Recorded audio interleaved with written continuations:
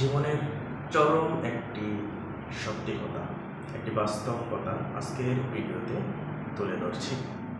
নদীর পানি মিষ্টি, কারণ এটি সব সময় সমুদ্রকে পানি দিয়ে যায়, সেজন্য নদীর পানি মিষ্টি। এবং সমুদ্রের পানি লবণাক্ত, কারণ সেটি নদী থেকে জল নিতে থাকে।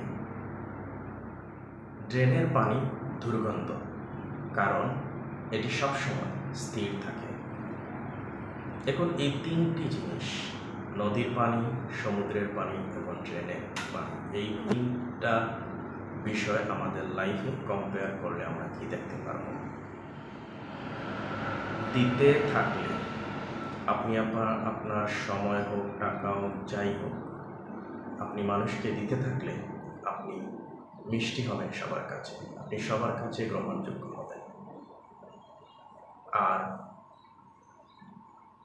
নিতে থাকলে আপনি তেতো হয়ে উঠবেন। আপনি টাকা যদি কারো কাছ থেকে ধার নিতে চান, তাহলে নিতে নিতে এক সময় মানুষের ধার দেওয়া আপনাকে বন্ধ করে দেবে।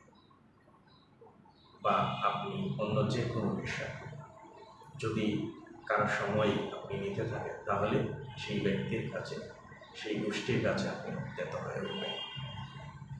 আর যদি থেমে থাকেন, তাহলে সবার কাছে আপনি অকেজ হয়ে যাবেন।